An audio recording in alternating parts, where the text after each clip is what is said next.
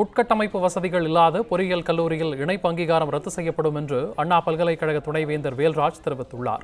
இதுகுறித்த கூடுதல் தகவல்களோடு செய்தியாளர் பாண்டியராஜன் இணைப்பில் இருக்கிறார். பாண்டியராஜன், இது குறித்த முழு விவரங்களை வழங்கலாம்.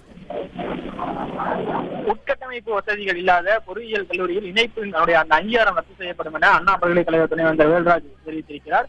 குறிப்பாக பொறியியல் கல்லூரியில் மாணவர்கள் அதிகம் சேராத மற்றும் உட்கட்டமைப்பு வசதிகள் குறைவாக இருக்கக்கூடிய 75க்கும் மேற்பட்ட கல்லூரிகளுக்கு வரும் கல்வியாண்டில் அண்ணா பல்கலைக்கழகத்தினுடைய இணைப்பு அங்கீகாரத்தை நிறுத்துவதற்கு நடவடிக்கை மேற்கொள்ளப்பட்டு வருவதாகவும் அவர் தெரிவித்திருக்கிறார். 2023-24 கல்வியாண்டில் பொறியியல் படிப்பில் மாணவர்கள் சேர்வதற்கான கலந்தாய்வு தமிழ்நாடு தொழில்நுட்ப கல்வி இயக்கத்தால் நடத்தப்பட்டது.